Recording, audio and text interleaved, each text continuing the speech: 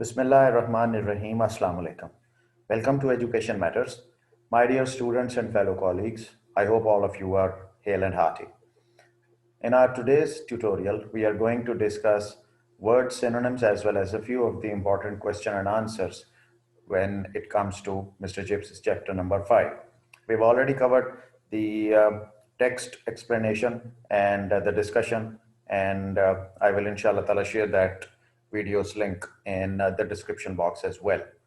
Now moving forward, जैसा कि हमने हमेशा अपने lessons में जो है वो किया है about the novelist, ये जो background है of course for the students who might not be familiar with this, very quickly we are going to we are going to try and understand about the novelist and his lifetime and his works, of course.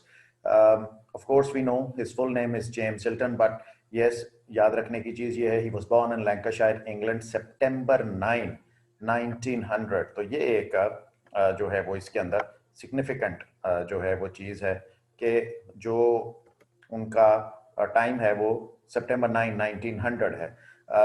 तीसरा point अगर आप देखें तो उसमें यह है कि was the son of John Hilton who was the headmaster of A school. और यहाँ से हमें क्लियरली समझ आती है कि मिस्टर चिप्स लिखने की एक बुनियादी वजह एक इन्फ्लुएंस भी है जो कि बड़ा क्लियरली इस बात से लिंक करता है कि वो जॉन हिल्टन जो कि उनके फादर थे, तो जो कि खुद भी हेडमास्टर थे, तो वो चूंकि एक एजुकेशनिस्ट फैमिली से भी है, तो इसी वजह से उसका जो है वो इंटरेस्ट भी इसी तरह है. और one of the reasons was of course the influence of his father जब मिस्टर चिप्स लिखने की बात करते हैं हम. तो फिर फोर्थ पॉइंट में हम देखते हैं कि two of his most illustrious works are Lost Horizon जो उन्होंने 1933 में लिखा, end of course the award winning Goodbye Mr. Chips जो कि 1934 में लिखा.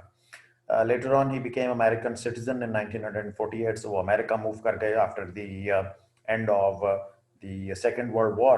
He moved to America and became, and of course, gained the citizenship in 1948. जब वहीं पे थे तो he wrote many Hollywood screenplays as well. Hollywood के लिए भी बहुत कुछ इन्होंने जो है वो लिखा. ज़्यादातर जो अपनी writings में वो चीज़ें डिस्कस करते हैं, जो issues डिस्कस करते हैं, वो उस ज़माने की सोसाइटी के जो फ्लॉज हैं, जैसे कि नैरो माइंडेडनेस है या क्लास डिस्टिंक्शन या क्लास कॉन्शियसनेस है, उसको बार बार उन्होंने अपनी राइटिंग्स के अंदर जो है वो हिट किया. और आखिरी पॉइंट देखिए तो वो जो थर्ड पॉइंट है उससे इसको रिलेट कर लीजिए, और वो ये है कि Hilton drew inspiration from his own time as a pupil in the Leys school 1915 till 18. तो पहली चीज़ कि वो खुद जब एज ए स्टूडेंट थे, लीज स्कूल का नाम है जहाँ पर ये खुद भी तालिब इल्म थे, तो 1915 से 18 के दौरान में एक वहाँ पर उस स्कूल से मुतासिर हुए, और हेंस ब्रुकफील्ड स्कूल हमारे जहन में आता है. और कॉमा के बाद आप देखेंगे his father who was the headmaster of Chapel End school, और हम पहली बात कर चुके हैं his father whose name was John Hilton, जो हमने थर्ड पॉइंट में डिस्कस किया, उनसे भी बड़े मुतासिर थे. And lastly W.H. Belgarny, a master at the school where Hilton studied as a young boy.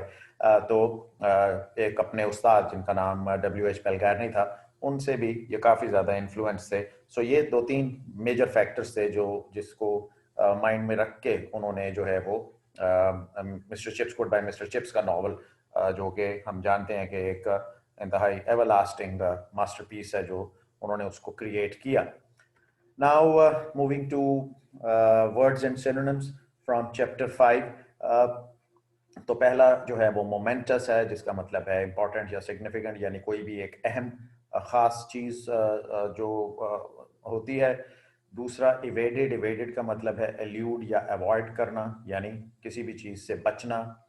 Hump, hump का सिनोनिम जो है वो लंप या माउंड, जिसका मतलब जो है वो जाहिर है कि उर्दू में अगर हम इसको लफ्ज़ी मतलब की तरफ जाएं तो उसका मतलब जो है वो कोहान होता है. कोहान से मतलब अगर आप उसको सिंपली इस तरह से समझिए कि जैसे ऊंट है, कैमल, तो उसके ऊपर जो उसका एक हम्प होता है, उसको जिसको हम जो है वो कोहान बोलते हैं, तो वैसा ही हम्प जो है. और ये हम ऑफ कोर्स बात समझ गए हैं कि चूंकि हमने टेक्स्ट की रीडिंग कर ली है कि हम यहाँ पे ग्रेट गेबल की बात कर रहे हैं.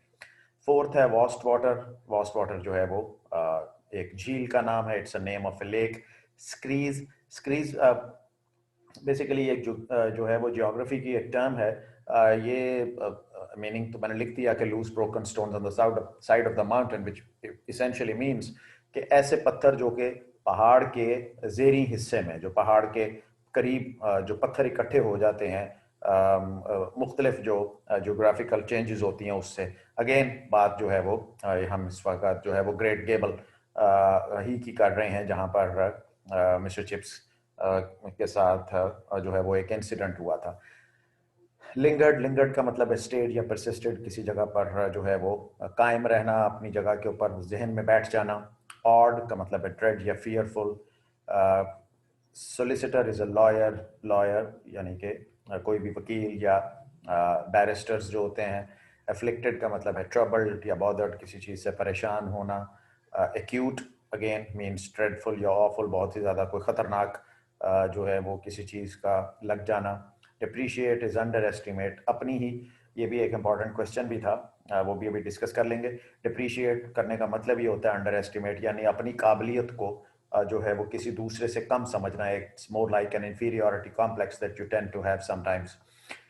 देन अटेनमेंट्स का मतलब है अचीवमेंट, आपकी जो भी आपने अचीव किया हुआ है उन सब के मुतल्लिक है ये बात। मीडियोकर का मतलब है एवरेज या ऑर्डिनरी। मॉक ग्रेविटी का मतलब है फॉल्स सीरियसनेस, यानी मसनूई संजीदगी से जो है वो आप जब किसी से कोई बात करते हैं। ऑफ कोर्स ये इंस्टेंस जो है वो कैथरीन ब्रिजेस का है, जो उसने मिस्टर चिप्स के साथ जो है वो डिस्कस किया था पॉइंट अपनी शादी से पहले। Hansom is a two wheeled horse carriage, ये एक पुराने ज़माने में एक घोड़ा गाड़ी हुआ करती थी, more like a tonga here, जो कि जिसमें के जो कोचवान है वो पीछे होता था और जो सवारियां हैं वो आगे बैठती थी। तो ये टू व्हील जो है वो हॉर्स कैरेज हुआ करती थी। और क्लॉपिंग ऑफ कोर्स ये उस घोड़े के चलने के, घोड़े के कदमों की, घोड़े के टापों की जो है वो आवाज़ है जो कि सड़क के ऊपर चलने से आती है। तो ये कुछ इम्पोर्टेंट हमारे सिनोनिम्स थे। Now important board questions and answers, इनको भी जो है वो देख लेते हैं। ये वो तमाम क्वेश्चंस हैं जो कि पास्ट पेपर्स में आ चुके हैं, so of course these are highly important. पहला ये है कि what was Katherine's views about mister Chips profession. बहुत ज़्यादा अहम सवाल, कई दफ़ा रिपीट हो चुका है, मुख्तलिफ बोर्ड्स में आ चुका है कि कैथरीन के क्या व्यूज़ थे चिप्स के प्रोफेशन से। हम ये जानते हैं कि कैथरीन का ये ख्याल था कि शायद वो कोई एक सोलिसिटर हैं या कोई स्टॉक मार्केट में, स्टॉक एक्सचेंज में काम करते हैं, या शायद ये कि वो कोई एक बिजनेसमैन है। तो उसके जहन में ये बहुत सारे ख्यालात थे, लेकिन जब उसको ये पता लगा कि वो एक टीचर हैं तो वो इस बात पे बहुत ज़्यादा she became exceedingly elated when she heard this, बहुत खुश हुई इस बात को सुन के, इसलिए क्योंकि उनका ये ख्याल था कैथरीन का कि टीचर्स जो हैं वो अपने आने वाली जो जनरेशन्स हैं, जो आने वाली यंगस्टर्स हैं, उनके लिए एक रोल मॉडल के तौर पे होते हैं और मशाल राह साबित हो सकते हैं। तो ये इसलिए बहुत खुश थी Catherine. Then what did Catherine say to Chips on the night before their wedding? शादी से एक रात पहले जब इनकी मुलाकात हुई थी तो उसने क्या कहा था? और of course we know कि उसने जो है वो कैथरीन से मुलाकात के दौरान में जब कैथरीन ने पूछा कि मैं बिल्कुल अपने आप को ऐसा ही महसूस कर रही हूँ जैसा कि एक आपके पास कोई नया स्टूडेंट आता है, तो अपना नया टर्म जब वो स्टार्ट करता है, यानी नई क्लास में जब आपके साथ को ज्वाइन करता है, तो मैं वैसा ही महसूस कर रही हूँ। तो अब आप मुझे बता दीजिए कि मैं आपको किस नाम से पुकारूं, क्या मैं आपको सर कहूं या मिस्टर चिप्स? और फिर जब ये जवाब मिला कि मिस्टर चिप्स ही मुनासिब है, तो उसने मिस्टर चिप्स कहा, गुड बाय मिस्टर चिप्स कहा, और वहां से वो चली गई। तो ये एक इम्पॉर्टेंट इंसिडेंट है। एक और जो है वो important question, and of course next question is question number 3, what would chips what could chips re-smell, re-saw and re-follow? अब ये क्वेश्चन जो है वो ऑफ कोर्स हमने याद भी रखना है कि इस चैप्टर के अंदर ये सब चीज़ें उनकी इमेजिनेशन में हैं, और यहाँ पर ये जो क्वेश्चन है वो उसका आंसर सिंपली इसी तरह होगा कि वो अपनी while sitting at his residence, Mrs wicket के यहाँ इनकी जब रिहाइश है, तो वहाँ बैठे बैठे उन्होंने ये सब चीज़ें दोबारा से देख ली अपनी इमेजिनेशन में, उस ग्लोरियस हम्प को जो गेबल के मुतल्लिक अभी हम्प का मीनिंग भी हमने पीछे सिनोनिम्स में देखा।